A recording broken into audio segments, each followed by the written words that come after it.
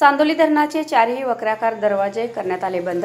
वारणा नदीवरील आरळा शित्तूर चरण सोंडोली पूल वाहतुकीसाठी खुले। शहर तालुक्याच्या पश्चिम भागात पावसाचा जोर कमी झाल्याने धरण प्रशासनाने गुरुवारी सायंकाळी 6 वाजता वारणा धरणाचे चारही वक्राकार दरवाजे बंद केले आहेत। गेले 4 दिवस धरण परिसरात अतिवृष्टी सुरू होती, मात्र गुरुवारी सकाळपासूनच पावसाचे प्रमाण कमी झाल्याने धरण प्रशासनाने सायंकाळी 6 वाजता धरणाचे चारही वक्राकार दरवाजे बंद केले आहेत। धरणाच्या विद्युत निर्मिती केंद्रातून 1730 क्युसेक्स विसर्ग वारणा नदीपात्रात सोडण्यात आला आहे। वारणा नदीवरील आरळा शित्तूर चरण सोंडोली पूल वाहतुकीसाठी खुला झाला आहे।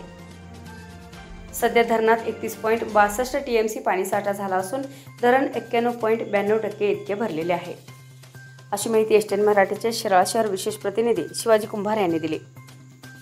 याबरोबरच हे बातमीपत्र संपले। पुन्हा भेटूयात पुढील बातमीपत्रात। तोपर्यंत नमस्कार।